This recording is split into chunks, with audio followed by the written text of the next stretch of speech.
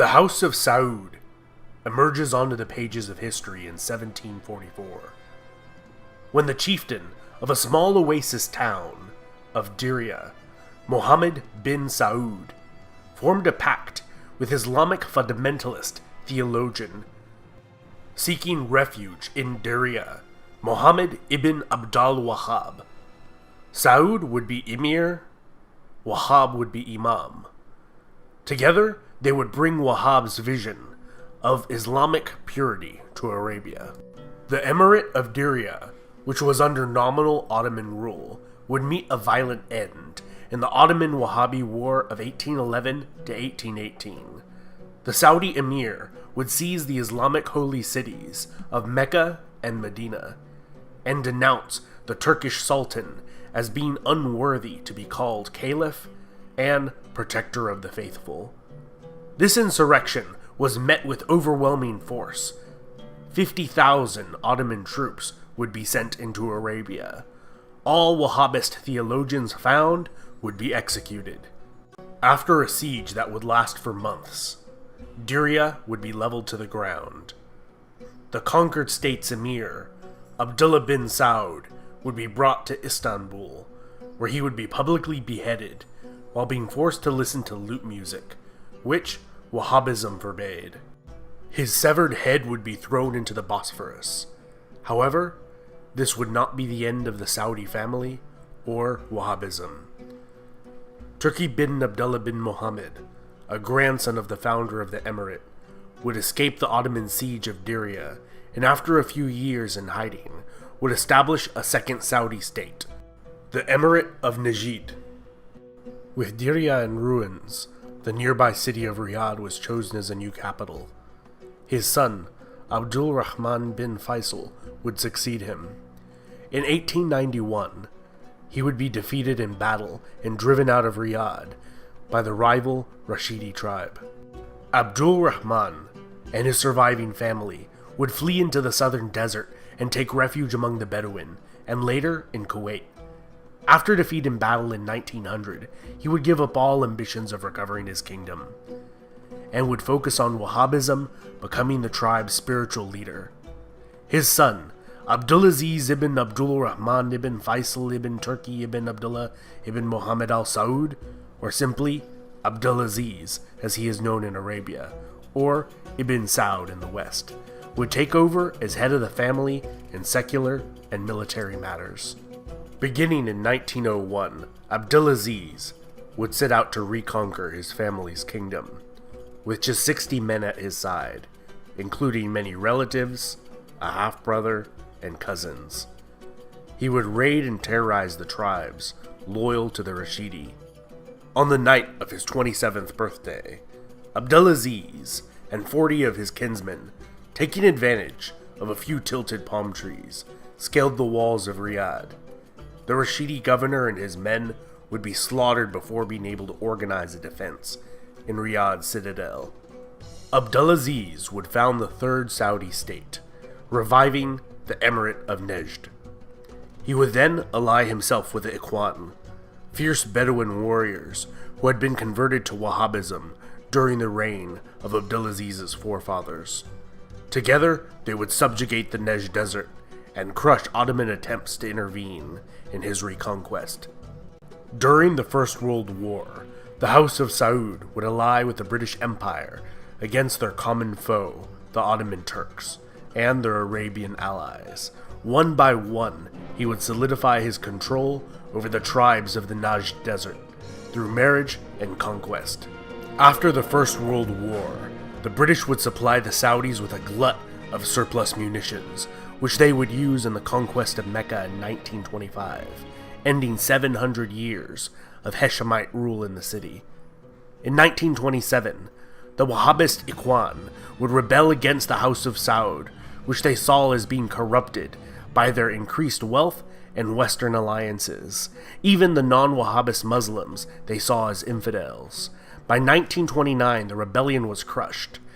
In 1932, the House of Saud would consolidate the dual kingdoms of Najd and Hejaz into a single kingdom that would bear the name of Ibn Saud Abdulaziz's family. The Kingdom of Saudi Arabia. In 1938, a discovery was made that would change the fate of Arabia and the region forever. For here are more proved and readily accessible reserves than in all of North and South America together, and the region is rapidly being developed. In eastern Saudi Arabia, the Arabian-American Oil Company, called Aramco for short, discovered 5 major fields during the decade after the first commercial producing well was completed in 1938. The daily output by 1947 was over 400,000 barrels and steadily climbing. Abdulaziz would remain neutral throughout World War II, although favoring the Allies. Near the war's end, he would meet both with Winston Churchill and Franklin Delano Roosevelt, whom he met with for 3 days, forming the basis of Saudi-American cooperation in regards to oil production and politics in the region. Till his death in 1953, at the age of 78, Saudi Arabia would continue to find more oil and rapidly modernize.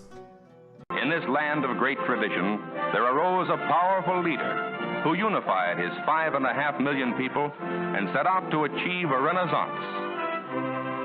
His Majesty Abdulaziz Ibn Saud. A nation far different than the one he had founded when he and 40 loyal men climbed palm trees to scale the walls of Riyadh 50 years earlier. Passed to his eldest surviving son, Saud bin Abdulaziz Al Saud. King Saud was almost universally liked, as he was an enjoyable person to be around, amicable and loquacious. However, he was viewed as a weak leader, especially when it came to Israel and the socialist leader Abdel Nasser of Egypt, who wanted to unite the Arab world and claimed that the oil beneath Arabia's sand belonged to all Arabs and not just the House of Saud. After receiving medical treatment in Europe, the eldest of his 44 younger brothers, Prince Faisal, with the backing of the religious community that had issued a fatwa in his favor, and the entire family, forcibly assumed the position of regent of Saudi Arabia. Shortly after, the family forced Saud to formally abdicate and leave the country in exile. He would spend the last years of his life traveling, including a few years in Egypt, where he was allowed to broadcast anti-Faisal and pro-Nasser sentiments on Radio Cairo. Faisal would institute a vast swath of reforms in many areas of Saudi life, from education, law, taxation, welfare, to the abolishment of slavery, and the institution of television. In 1966, one of Faisal's nephews led a violent protest against a television station. He was shot dead by a policeman.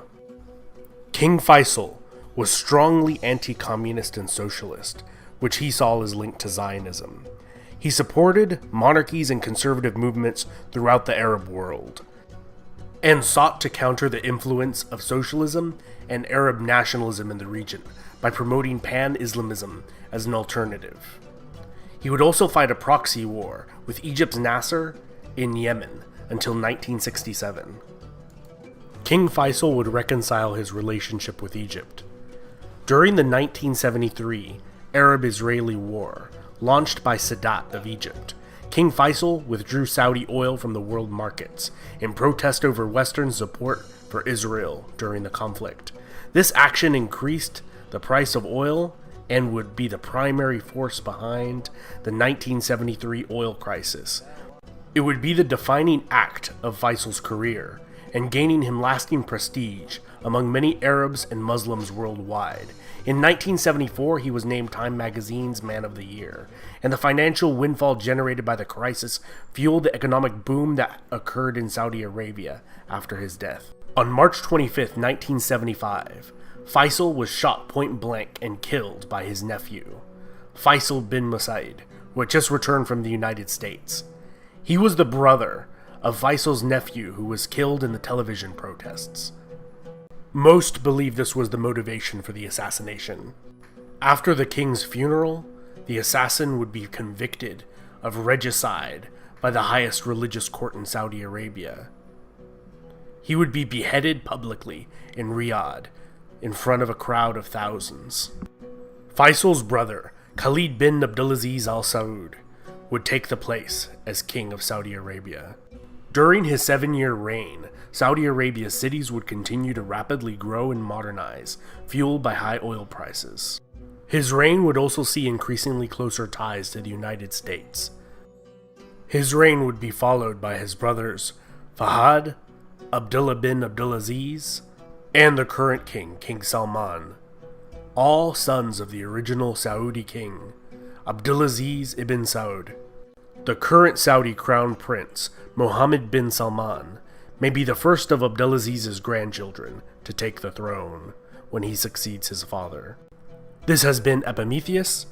Leave a like, comment, subscribe. That really keeps me going and motivates me to make more videos like this on my spare time. If you would like to enable me to make more videos